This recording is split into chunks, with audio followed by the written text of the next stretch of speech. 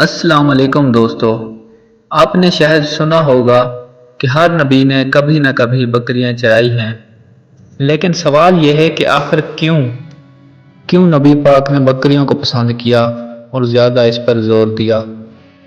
آج کی اس ویڈیو میں آپ کو ایسے راز بتانے والا ہوں جو آپ نے شاید پہلے کبھی نہ سنے ہوں۔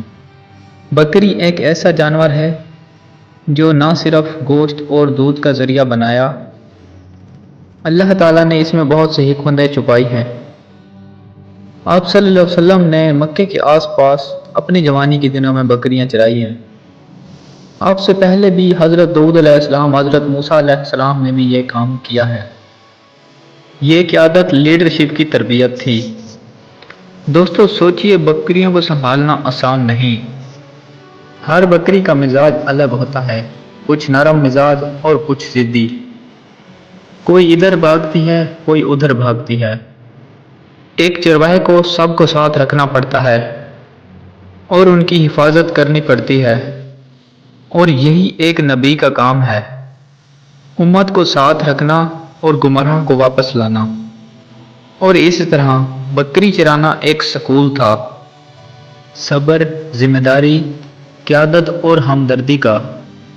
اور بکری کا دودھ دنیا کا سب سے فائدہ مند دودھ مانا جاتا ہے، اور بکری کا دودھ ہضم کرنے میں آسان ہے اور قوت مدافعت میں اضافہ کرتا ہے۔ اسلام میں بکری کا گوشت صحت مند اور حلال ہے۔ اور دوستو یہ صرف جسمانی فائدے نہیں، روحانی فائدے بھی ہیں۔ بکری پالنا انسان میں نرمی، محبت اور اللہ کی مخلوق کے لیے رحم کا جذبہ پیدا کرتا ہے۔ آج ہم جدید زندگی میں اتنے مصروف ہو گئے ہیں کہ ہم فطرت سے کٹ گئے ہیں۔ بکری پالنا اور اس کی دیکھ بھال، یہ ہمیں دوبارہ فطرت سے جوڑتی ہے۔ اور یہ صرف دیہات کے لوگوں کا کام نہیں، یہ شہر میں بھی کرنا چاہیے۔ شہر میں زیادہ نہیں، کم بکریاں پالنا ممکن ہے۔ اور اسی طرح ہم اپنے بچوں کو صبر، ہمدردی اور رحم دلی سکھا سکتے ہیں۔